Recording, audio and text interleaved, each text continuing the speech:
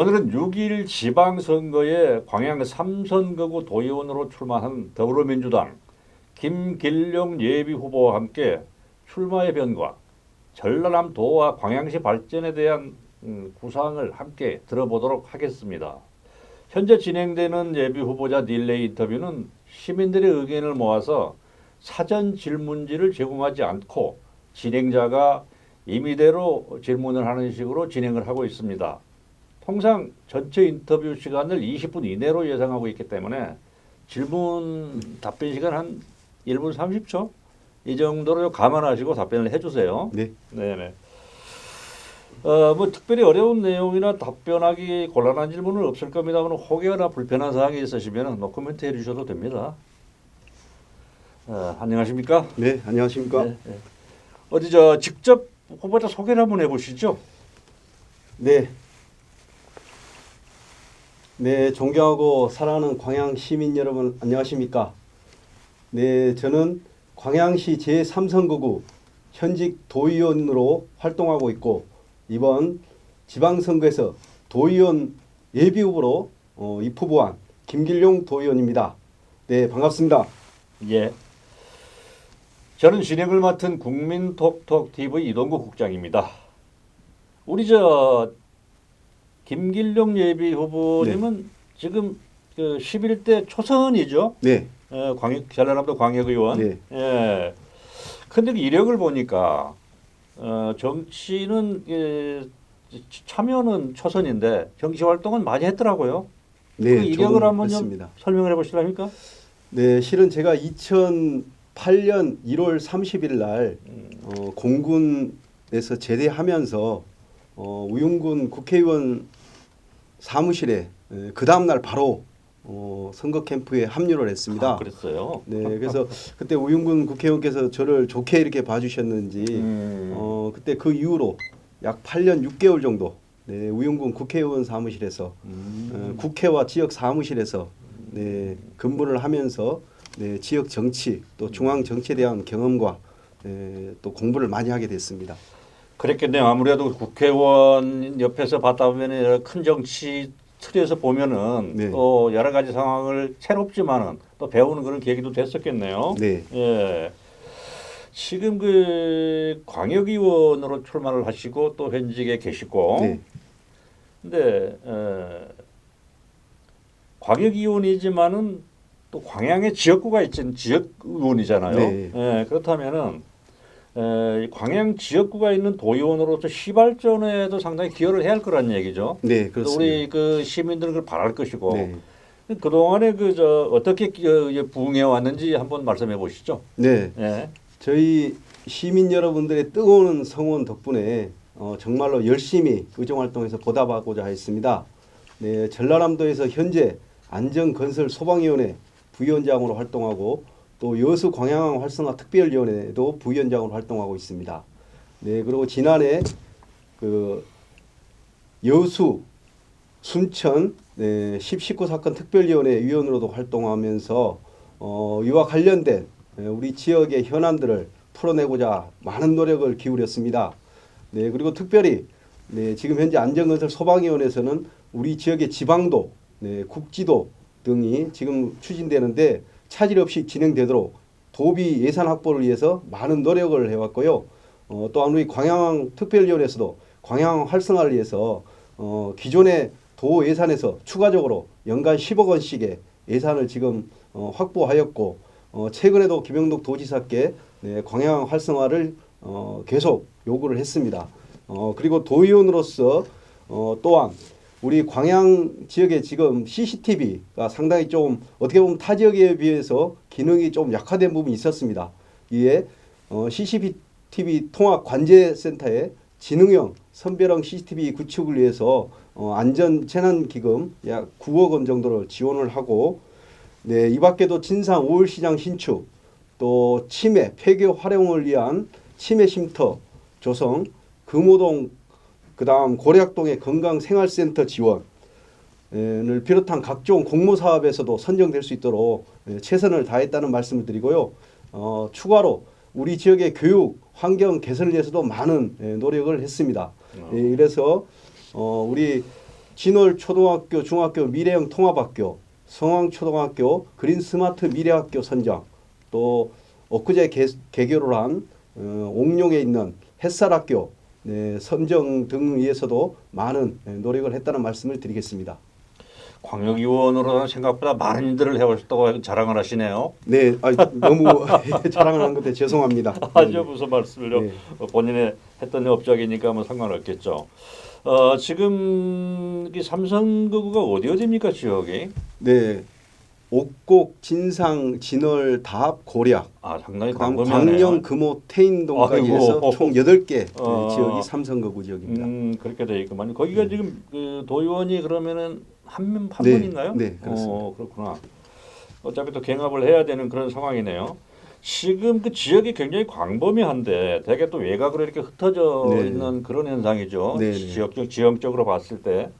그렇다면은 이게 포괄적으로 어떻게 지역 현안을 좀 싸잡아서 말하기는 좀 문제도 네. 있을 것 같은데 네, 네. 그렇다고 다 곳곳을 다 얘기할 수는 없으니까 포괄적으로 어떤 지역 현안에 어떤 문제가 있는지 그 부분 먼저 좀 짚고 네. 넘어갑시다. 크게는 3가지 권역으로 나눌 수가 있습니다.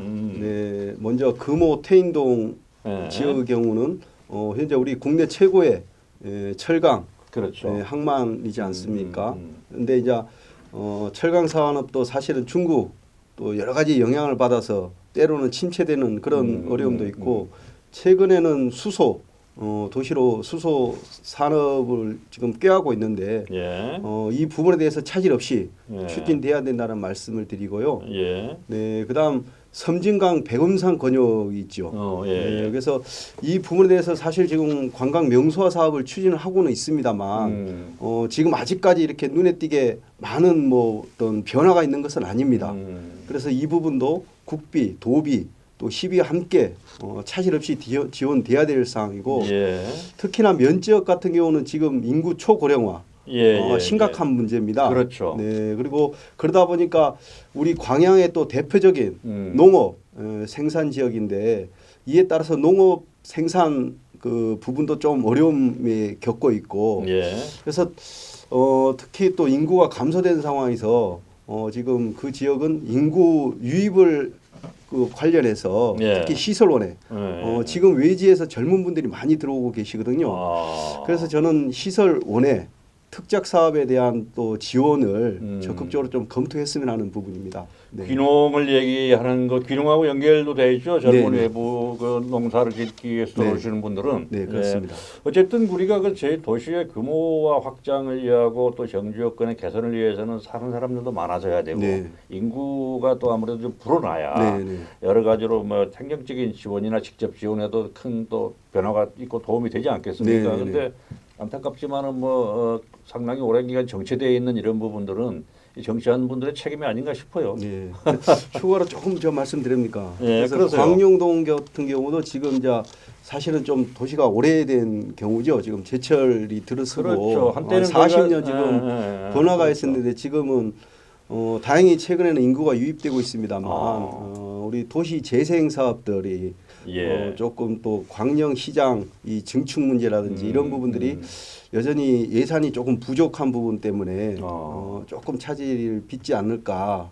그래서 이런 광명동 도시 재생 뉴딜 사업들이 빨리 좀 진행될 수 있도록 좀 집중적인 투자도 해야 된다고 생각합니다. 거기 지역적으로 이렇게 비교를 해보자면 그래도 광양이가 상당히 집중적으로 민선 7기에는 지원이 되고 있는 걸로 네. 그렇게도 평가가 되고 있지 않습니까? 네, 네, 네, 네. 곧 좋은 도시로 발전을 할 수 있겠네요, 거기도. 네. 우리 김길용 전 의원이 여러 가지 그 안전 우리 시민 도민들의 안전과 관련된 이런 쪽에서 그 의원의 활동을 했네요. 네. 그런데 결국은 사람들이 살아나가는데 갈수록 삭막해지면서 사람들의 그 살아나게 편한 안전이 제일 중요한 거 아니겠습니까? 네, 맞습니다. 그래서 네. 그런 쪽에는 항상 뭐 좀 지나치게 강조해도 지나치지 않는 네. 그런 부분이 아닌가 싶어서 네, 네. 상당히 그 도의원에 활동하면서 그런 부분에 집중적으로 좀 그 추진하고 했다는 부분은 좀 높이 평가하고 싶네요.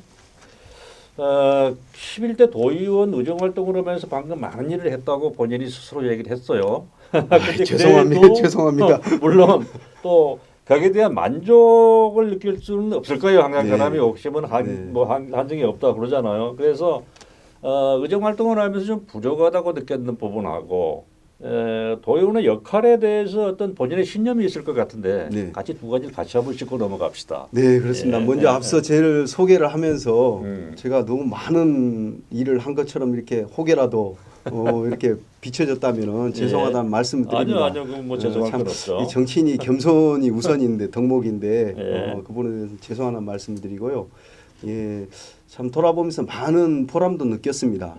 하지만 이번 선거를 다시 준비하면서 지난 3년 10개월 정도 의정 활동이 역시 부족한 네, 부분이 많았구나. 예, 우리 지역의 현안을 보다 더 상세히 알고 또 집중적으로 좀 이렇게 파고 들었으면은 더 많은 성과를 내지 않았을까. 이제 그런 측면을 제가 좀 느끼게 되고요. 예. 네, 저는 지난번 지방선거에 출마했을 때 저 혼자만이 아닌 더불어 행복하고 더불어 잘 살고 또 더불어 안전한 전남과 광양을 만드는데 모든 힘을 쏟겠다고 했습니다. 예. 그래서 지금도 그 생각에는 변함이 없습니다. 네. 그래요. 그러면은 뭘 정치하는 분들은 결국은 뭐 자기 혼자만의 어떤 활동을 갖고 하는 활동 생각을 갖고 하는 건 아니니까 우선 네네. 지역을 생각해야 되고 지역민을 생각해야 되고 네. 큰 틀에서는 광역의원이니까 우리 21개 전남 도를 전체를 생각해야 되고 뭐 그런 건 있겠죠. 광역의원이지만 어차피 우리 지역구를 대표하는 지역을 대표하는 의원이기 때문에 큰 틀에서 우리 광양시의 전반적인 상황을 또 항상 그 생각 안 할 수가 없잖아요. 네. 또 보았을 거고 거기에 뭔 일을 해야 할 것인가 항상 생각해 왔을 것이고. 네, 네, 네. 근데 우리 광양시의 지금 현안, 네. 제일 최대 현안으로 본다면 어떤 점을 들 수 있을까요? 네, 제일 먼저 지금 우리뿐만 아니고 다른 시도 마찬가지입니다만 실은 지금 인구 문제가 또 가장 큰 부분이죠. 인구가 결국은 그 예. 도시의 자생력, 또 경쟁력인데 안타깝게도 우리 광양시가 좀 인구가 증가하다가 다시 또 감소하는 이런 상황이거든요. 그렇죠. 예, 그래서 지금 많은 공공주택이 지금 건설이 되고 있지만 실질적으로 순수 인구가 유입이 돼야 됩니다. 그렇죠. 그런 측면에서는 무엇보다도 기업 유치, 또 일자리 증가인데 이와 관련해서 하루빨리 그 율촌산단 진입도로를 네. 빨리 저거에 좀 추진을 해서 여수 산단에 있는 분들이 우리 인근의 고략동, 성황 이쪽에서 좀 그 살면서 출근할 수 있으면 또 그런 어떤 순수 인구 유입이 될 것이고요.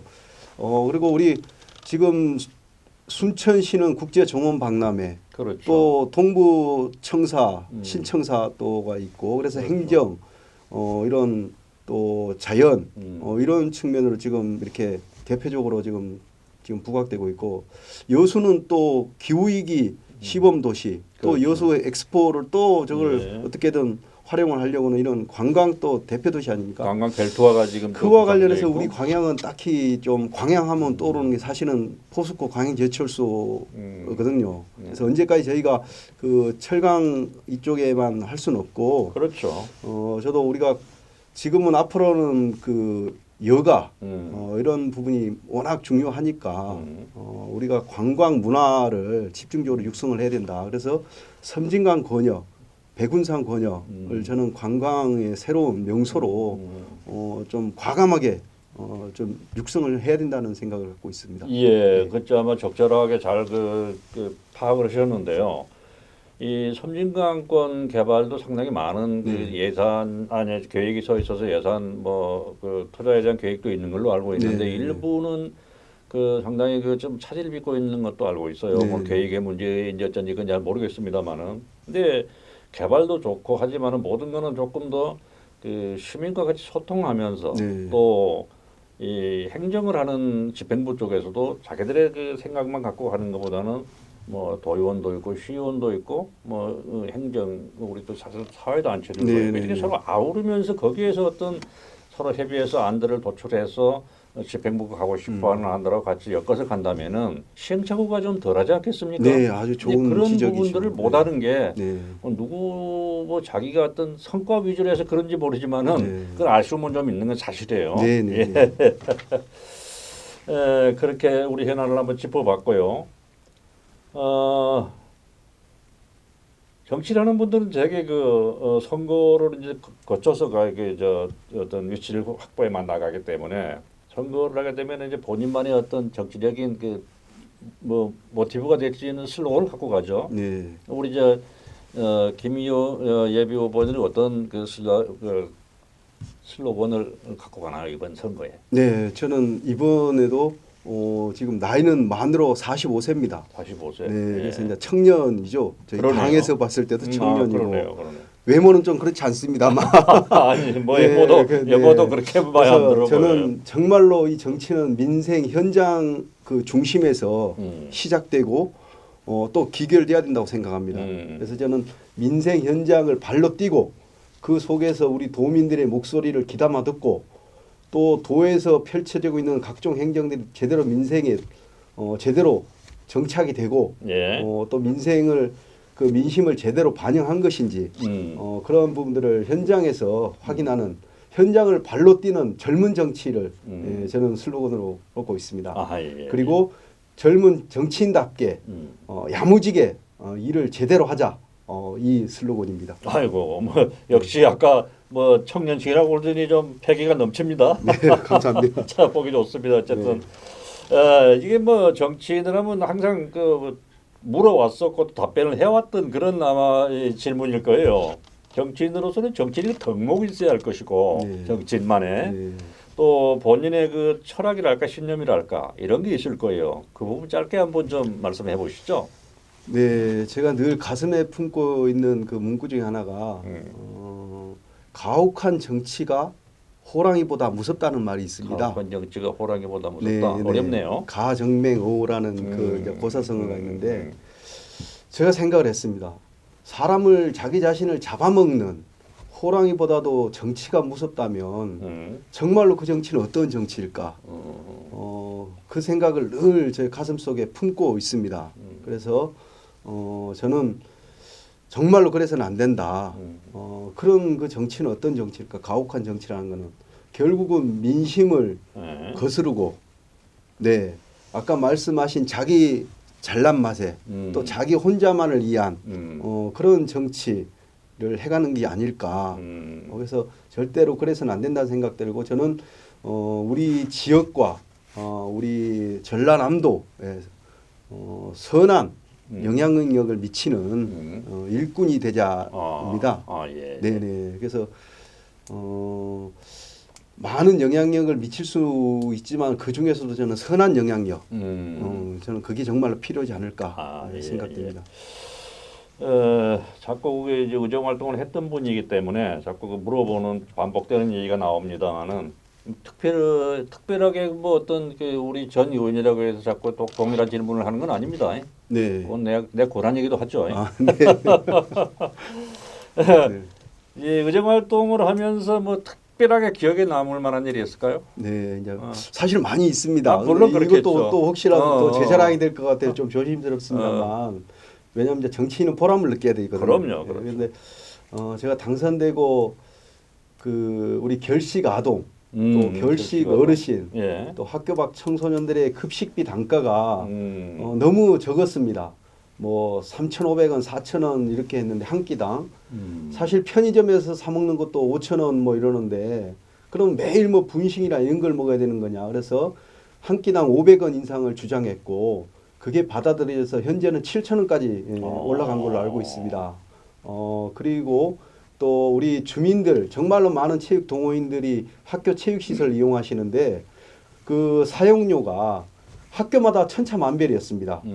최대 10배 이상 차이가 나는 경우가 있었는데 이 문제를 제가 인식하고 도조례 또 행정사무감사 때 도정질의를 통해서 문제를 제기하고 조례를 개정해가지고 현재는 최대 80%까지 감면하는 그러한 또 일을 이렇게 할 수 있었습니다. 예. 네. 시간이 말을 우리가 상당히 많이 빨리 진행하면서도 시간이 얼마 안 남았거든요. 그래서 두 가지 질문 남았는데 조금 좀 빠르게 진행합시다. 네.